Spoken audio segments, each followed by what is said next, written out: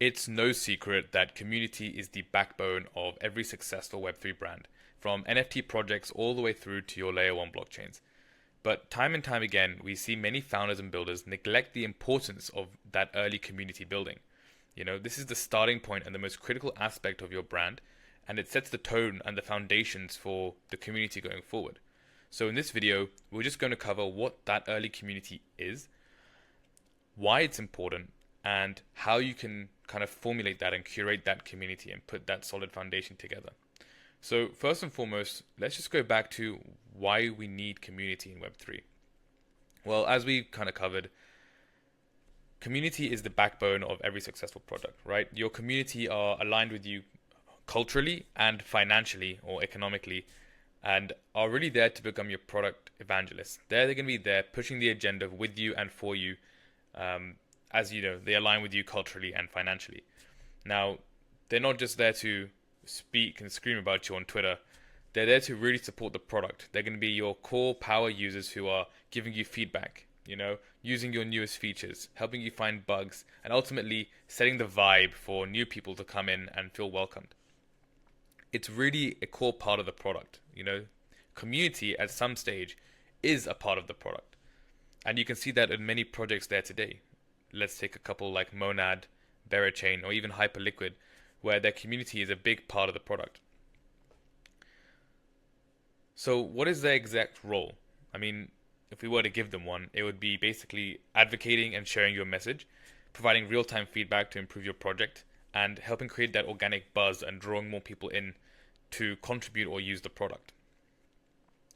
So why is community building so important? Well, at the end of the day, aside from the reasons that I just mentioned, it's also about building trust and relationships.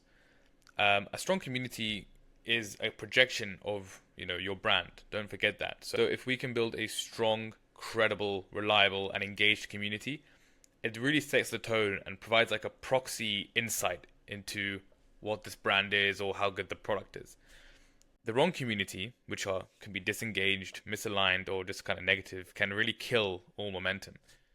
Looking at the products that I mentioned before, there are projects out there which aren't even live and have some of the biggest communities in the space, and that is what's really giving people the driving force to believe in them. So what are the benefits of a well-aligned community? Now, again, this is assuming we have financial and cultural alignment. So the first is obviously you can attract the right audience, people who believe in your mission, who are there to believe in the problem that you're solving and can benefit from it. The second is sustaining engagement. So a strong community who are really, really aligned with your project can support you in the downturns. They'll be with you through the bull and the bear markets. And third, they'll be there to help you create feedback loops. If they're there using the product day in, day out, engage with the product, they'll help you kind of get your feedback, find bugs, and be a real support system for the growth of your product. What is the role of early community members and how can we create that strong foundation? Again, everything that we've said before is generic to the wider community building aspect. But in this video, we really want to focus on that early community. As remember, these early community members are critical to the success of the project, and they can really make or break how the initial early stages of growth for that community can go. So these early community members ideally should be curated. We don't want to rely on Zeely and Galaxy campaigns to funnel people in who are looking for a quick buck. We want to bring in people who we know can be aligned with our mission. And these could be friends and family. These can be people we've talked to. These can be investors. They can be anyone of the sort. And the reason for that is because they set the pace, right? Early communities create the blueprint for how future members will engage. If we bring in people who are not fully aligned at the beginning because it's easy and there's a low acquisition cost of those members, then we're kind of misaligning ourselves from the beginning. Think about it like a flower pot. Your early community is actually that soil, the nutrients in the pot that allows the tree or the plants to grow. So if we can set the tone, get the right people in who align with us and kind of curate that early community base, we will really create the vibe and set the tone for people who come in later. Now, again, we talk about this alignment factor, and there's a cultural alignment and there's a financial alignment. Now, generally, the financial alignment comes in the form of aligning with the token, or being able to use the product to create more money, or something along those lines. Now, the cultural aspect comes into a couple areas. One is that, we have to understand if they are passionate about the values that you're building on or the problem that you're solving, or if they understand and share the mission, and are they aligned more from a personality point of view. For example, a lot of the biggest example of this kind of last one being aligned culturally could also stem from the fact of these localized communities. So as you may notice, a lot of projects in certain regions have users from that region because there's like a tradition and cultural alignment there. So these two together kind of make this overall alignment for the project that's like non-financial.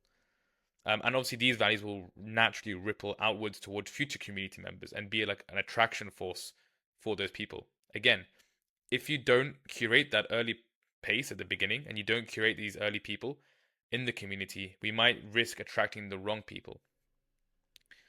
So, how do we kind of curate that early community? Well, the first is obviously set boundaries and guidelines. Do not be afraid to set clear expectations of the community early on. Now, people might be like, well, they're just kind of there to support us. So why do we need to set expectations? You know, this is a case of building an environment. Don't forget, if you're building on Telegram or in Discord or, everything is an association. We want to make sure that the association with our brand is as clean as it can be, right? We want to make sure it really showcases us. This is a proxy for our company. So don't be afraid to set expectations. Like, what is acceptable behavior? How should people engage with one another? Don't let toxic people be toxic. Don't let people shill if you don't want them to shill. Control the conversation where you can without being too authoritarian. But just making sure that we're avoiding toxicity, ensuring inclusivity, and creating a safe space for people to collaborate and share value across each other and with each other is a really important factor. And I think this brings in a very interesting point, which we've noticed, and it's that the key to community is to not have them be your cheerleaders, but to have yourselves facilitate good experiences for them between them. Now, what I mean by that is a lot of quote unquote communities in the space, they act more like groups of cheerleaders where the brand will do something and the community will cheer. But what we really want is the brand to facilitate an experience and the people in the community to have that experience and intermingle with one another to create relationships and have good experiences among each other. And that way, the brand has done more than just provide them, again, like, a nicely priced token or whatever it might be, or some financial incentive, but they're also creating a culture and creating value between community members. And that's really important. These inter-community relations and inter-community value creation is one of the most important things for a thriving community, because everything stems from the fact that the brand has facilitated that. Now, I think this is what we kind of mean by collaboration. It's not just, oh, hey, let's all go and do a raid. It's like, well, I met someone in this community. Let's go build an app. Let's go do this. If we're building, let's say you're building an L1, you have these two community members come together, build an app on the chain. That's great. That's real economic value being derived from the community on chain. Now, if you want to get a bit deeper into it, you can model your community or your ecosystem rather as like a country.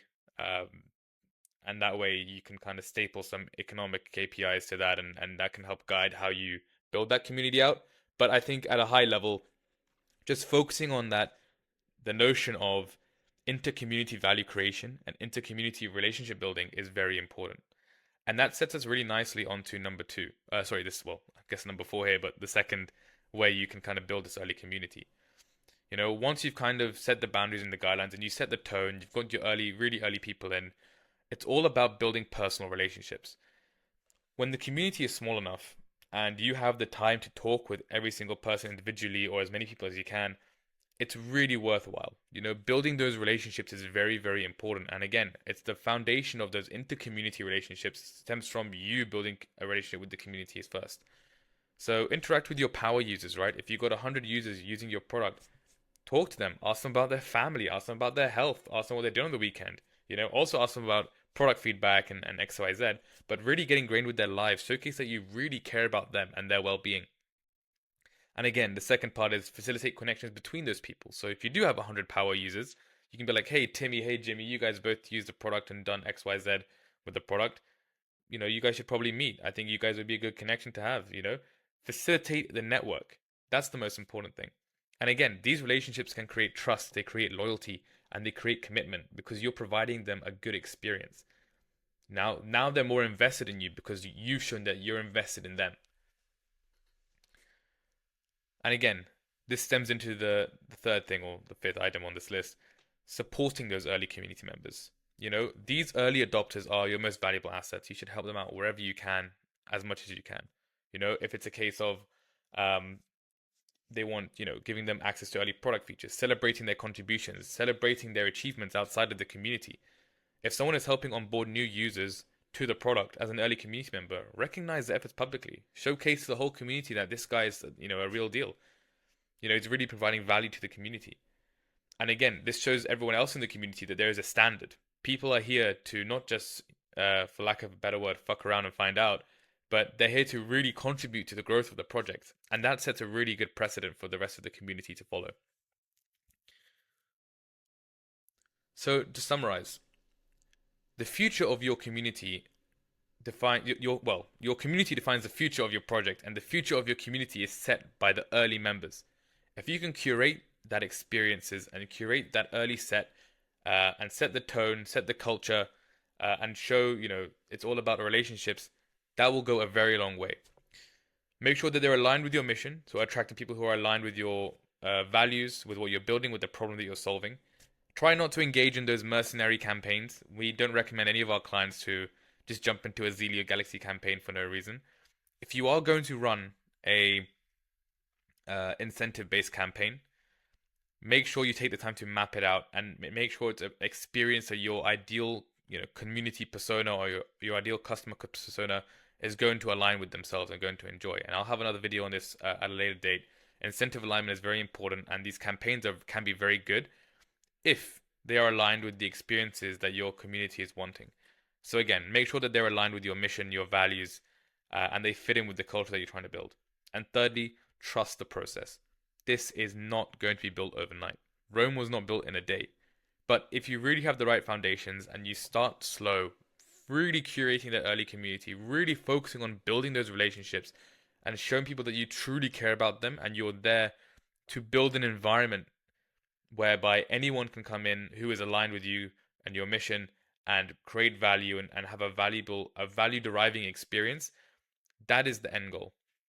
So once you have that experience done and you can scale that pretty fast, you can grow pretty organically and sustainably. But it's part of that early community, trusting the process, and really just making sure that we're hammering home this alignment, and setting the tone for the community growth. So that's it for this video. I hope this was valuable. If it was, feel free to leave a like, a comment, share it with your friends. And in the next video, we'll probably dive into some more on the community side or on the incentive side. But I haven't decided yet, so don't take me up on that. But as ever, if you did enjoy this video about how to curate early community building and how to kind of build the foundations for your project to really grow, just drop a subscribe and we'll see you in the next video. Awesome. Take care, guys, and see you in the next one.